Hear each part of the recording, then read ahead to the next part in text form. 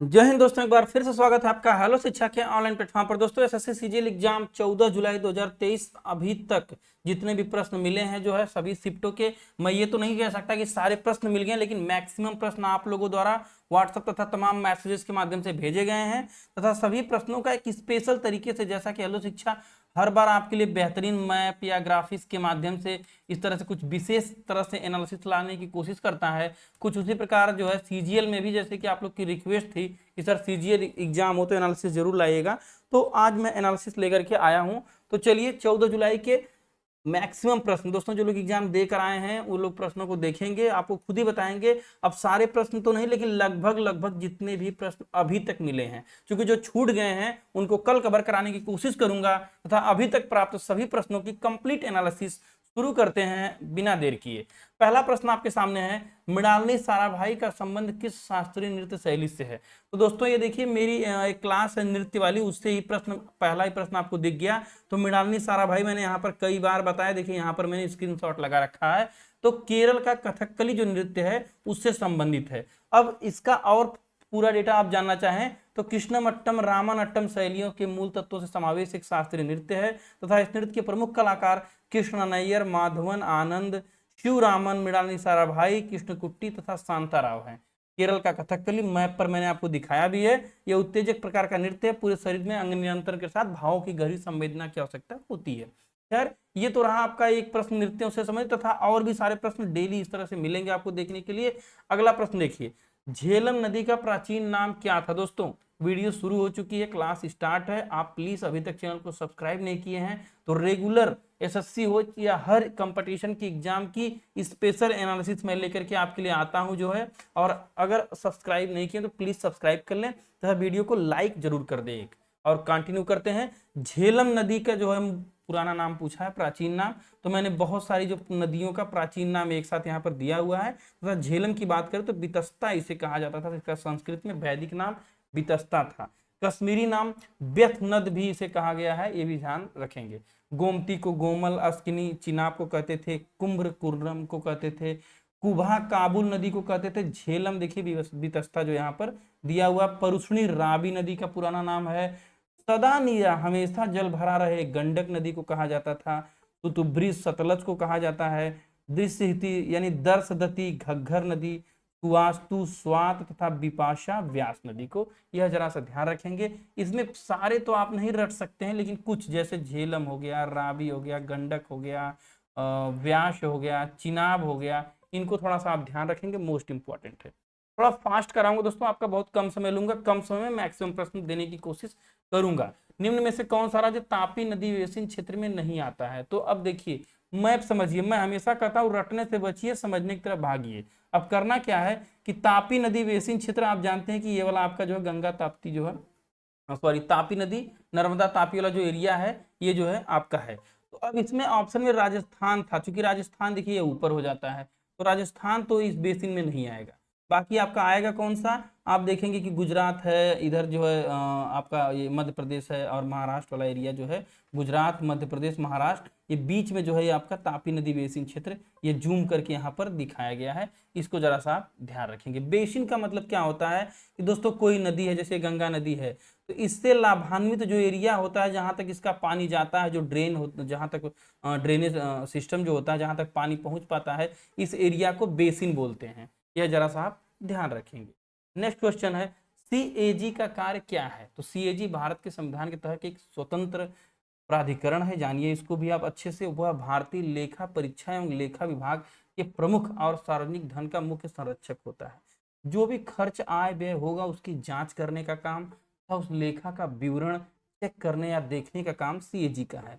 वह संस्था है जिसके माध्यम से सरकार और अन्य सार्वजनिक प्राधिकरण सार्वजनिक धन का व्यय करने वाले सभी की संसद और राज्य विधानसभाओं और उनके माध्यम से लोगों के प्रति जवाबदेही तय की जाती है। जैसे सरकार ने जो खर्च किया या अन्य जो भी सार्वजनिक उपक्रम में खर्च हुआ, उसकी जवाबदेही कि कहाँ कितना पैसा खर्च हुआ, उसकी मॉनिटरिंग सीएजी करेगी। अनुच्छेद 148 ध्यान रखेंगे, 148 के तहत इसका संवैधानिक प्राविधान है सीएजी का। गिरीश चंद्र मुर्मू साहब को आप पहचान भी रहे होंगे, देख भी रहे होंगे, करंट में रेगुलर पढ़ते होंगे, यहाँ से प्रश्न आता है दोस्तों।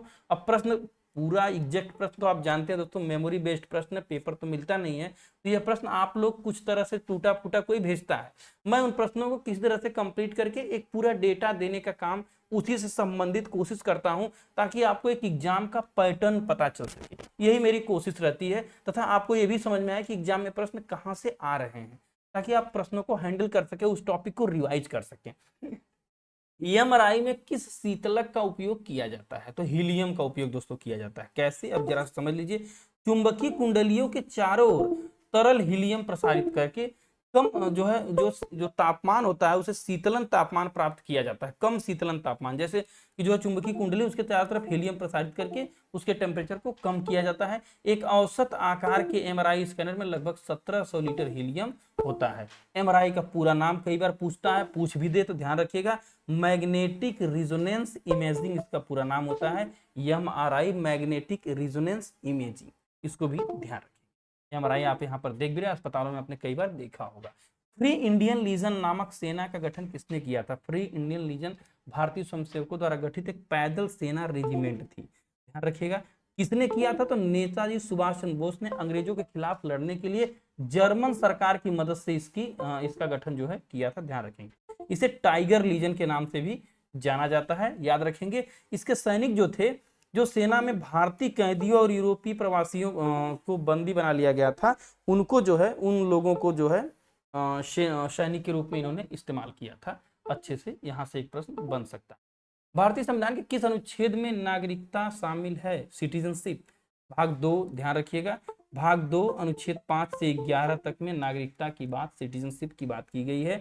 नागरिकता अधिनियम की बात करें तो 1955 में संविधान लागू होने के बाद जो है आता है। 1955 का नागरिकता अधिनियम भारतीय नागरिकता अधिग्रहण और समाप्ति की अनुमति देता है। मतलब किसी को नागरिकता देना हो या किसी की नागरिकता छीनना हो, यह सब प्रावधान 1955 के सिटीजनशिप एक्ट में है। ध्यान रखेंगे। यह भारत गणराज्य का पासपोर्ट है, नागरिकता का प्रूफ एक तरह से। बाकी आप जो है भारत की नागरिकता भाग 2 अनुच्छेद 5 से 11 ध्यान रखेंगे। भरतनाट्यम किस धर्म से संबंधित लोक नृत्य है? मेनली हिंदू धर्म से संबंधित। इसका विकास मंदिरों में हुआ है, जानते हैं आप। इसका विकास मुख्य रूप से तमिलनाडु, मद्रास एवं तंजौर में यह विकसित हुआ है। घराने तंजौर, कांजीपुरम, पंडलुम, यह स्क्रीनशॉट दोस्तों मेरे नृत्य वाली वीडियो का है। मैं उसको आपको आई बटन में उसका लिंक दे दूंगा। वहां से मैं कहता हूं हर एक एग्जाम में मात्र 20 मिनट की वीडियो है, और उससे हर एक एग्जाम में 2 से 3 प्रश्न आता है कम से कम, जान लीजिए। तंजौर, कांजीपुरम, पंडलुम, इन तीनों को मुख्य रूप से पाड़ी कहा जाता है। ये भी कई बार पूछा हुआ है। आधुनिक काल में उच्चतर स्तर पर लाने का श्रेय ई कृष्ण अय्यर को जाता है। ये भी जानिए। भरत मुनि के नाट्य शास्त्र पर आधारित भरतनाट्यम है, इसलिए इसका नाम भरतनाट्यम है। प्रमुख कलाकार रुक्मिणी देवी अरुणडेल, टी बाला सरस्वती, यामिनी कृष्णमूर्ति, सोनल मान सिंह, पद्म सुब्रमण्यम, लीला सैमसन है। इनको भी अच्छे से याद रखिएगा। उस्ताद अमजद अली का संबंध किस वाद्य यंत्र से है? कोई अमजद अली बोल रहा था, कोई जाकिर हुसैन, अब क्या था पता नहीं, लेकिन हाँ सारे वाद्य यंत्र और उनके वादक के बारे में स्पेशल तरीके से हरिप्रसाद चौरसिया बांसुरी वाले, जो है शिव कुमार शर्मा संतूर, ठाकुर भीखम सिंह मृदंग, बिस्मिल्लाह खान शहनाई, जाकिर हुसैन तबला, अमजद अली की बात करें तो शरोद, और उस्ताद बिस्मिल्लाह खान जो है भारत रत्न विजेता शहनाई वाले, इनको तो आप जानते हैं। नीति आयोग का एक प्रश्न आया था। नीति आयोग की रिपोर्ट 2021 के अनुसार भारत में गरीबी रेखा के नीचे कितने लोग रहते हैं? According to the NITI Aayog report 2021, how many people live below the poverty level line in India? तो लगभग जो है 25% आबादी भारत की गरीबी रेखा के नीचे निवास करती है। मतलब 4 में से इनका कहना है कि एक व्यक्ति जो है पॉवर्टी लाइन के नीचे रहती है, मतलब एक गरीब है। 4 में से एक व्यक्ति है ना। भारत की जनसंख्या का हर चौथा व्यक्ति गरीब है। 1 जनवरी 2015 को नीति आयोग का नाम जो है योजना आयोग का नाम बदलकर नीति आयोग रखा गया, आप लोग जानते हैं। जो नए परमेश्वर अय्यर साहब के साथ वीवीआर सुब्रमण्यम इसके सीईओ, सुमन बेरी उपाध्यक्ष, और पीएम हमेशा इसके हेड होते हैं योजना आयोग की, तो आप जान ही रहे हैं। 2019 से 21 तक का आंकड़ा बताता है कि भारत की आबादी का 16.4% गरीबी में रहती है। देश की जनसंख्या 4.2% लोग बेहद निर्धनता की हालत में रहते हैं।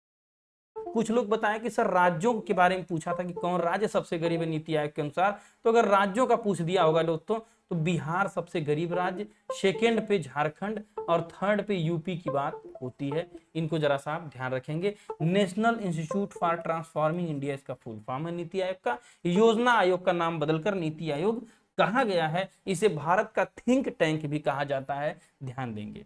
नेक्स्ट क्वेश्चन की तरफ चलेंगे। रसायन विज्ञान में 1901 में नोबेल पुरस्कार किसे मिला था?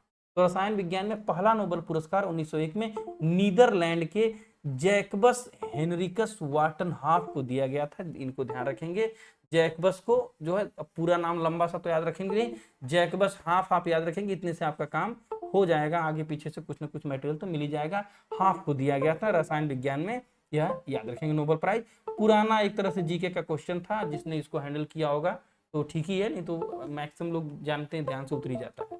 रासायनिक गतिशीलता एवं कानूनों की तरलता परासरणी दबाव की खोज के लिए इन्हें प्रदान किया गया था। केमिस्ट्री वाले स्टूडेंट बेहतर तरीके से समझ सकते हैं। अल्बर्ट आइंस्टीन सापेक्षता सिद्धांत के लिए, हेनरी बेकरल रेडियोधर्मिता के लिए, इनको भी जरा आप ध्यान रखेंगे। यह आपके हाफ साहब हैं, इनको। चोल वंश में गांवों के समूह को क्या कहा जाता था? कुछ इस प्रकार के छोटे छोटे प्रश्न भी मिले कि गांवों के समूह को जो है, कई ग्रामों के समूह को कुर्रम कहते थे, ध्यान रखेंगे। स्थानीय स्वशासन चोल प्रशासन की प्रमुख विशेषता थी उसके स्थानीय स्वशासन, लोकल गवर्नेंस। एक प्रश्न और आया था किसी शिफ्ट में, पल्लव वंश में जो है ब्राह्मण भूमि को के समूह को क्या कहते थे? तो महासभा कहते थे, याद रखेंगे। बैडमिंटन कोर्ट की लंबाई कितनी होती है? बैडमिंटन फेडरेशन के दिशा निर्देश के अंतर्गत बैडमिंटन कोर्ट की लंबाई 44 फीट जो है ये बताते हैं, 44 फीट होती है। सिंगल और डबल का ये बनाया जाता है। यह देखिए 44 फीट लंबा है और 20 फीट चौड़ा है, 44 बाई 20। ग्राफिक्स भी हमारी टीम ने अच्छे से यहाँ पे लगाई है। जो है 17 फीट का आपको ये वाला एरिया दिखता है और 13 फीट का आपको ये वाला एरिया दिखता है। टोटल आप इतना जानेंगे दोस्तों कि 44 बाई 20 का जो है बैडमिंटन का कोर्ट होता है। यहाँ से आपका काम बन जाएगा। ओस्लो 2021 विश्व कुश्ती चैंपियनशिप में भारत की तरफ से रजत पदक किसने जीता था? अंशु मलिक ने नॉर्वे के में ओस्लो में आयोजित 2021 विश्व कुश्ती चैंपियनशिप में रजत पदक जीता हुआ था। और अंशु मलिक महिलाओं के 57 किलोग्राम भार वर्ग में प्रतिस्पर्धा कर रही थी। रैयतवाड़ी भू राजस्व व्यवस्था किसके द्वारा मतलब किसके सिद्धांत पर आई थी? तो आप जानते हैं कि ब्रिटिश उपनिवेश काल के दौरान, ब्रिटिश की हुकूमत के दौरान रैयतवाड़ी, महालवाड़ी, इस तरह की जो है भू राजस्व व्यवस्था, आपने जमींदारी, रैयतवाड़ी, महालवाड़ी आपने सुना होगा। तो जमींदारी तो जमींदार जमीन का प्रमुख होता था, जमींदारी में आपने देखा होगा। महालवाड़ी में जो है किसान जमीन का प्रमुख, महाल एक प्रधान होता था गांव का, मुखिया, वो जो है जमीन का प्रमुख हो जाता था, कर वगैरह वसूलता था। और रैयतवाड़ी, रैयत माने होता है किसान, किसान से कर वसूला जाता था। इसका क्या प्रावधान था, कैसे था, डिटेल में तो दोस्तों अभी कम समय में बता पाना संभव नहीं है, लेकिन फिर भी एक हाईलाइट देने की कोशिश करूंगा। रैयतवाड़ी व्यवस्था की शुरुआत थॉमस मुनरो ने की थी, याद रखिएगा। थॉमस मुनरो 1820 से 1827 तक मद्रास के गवर्नर के रूप में कार्य किया।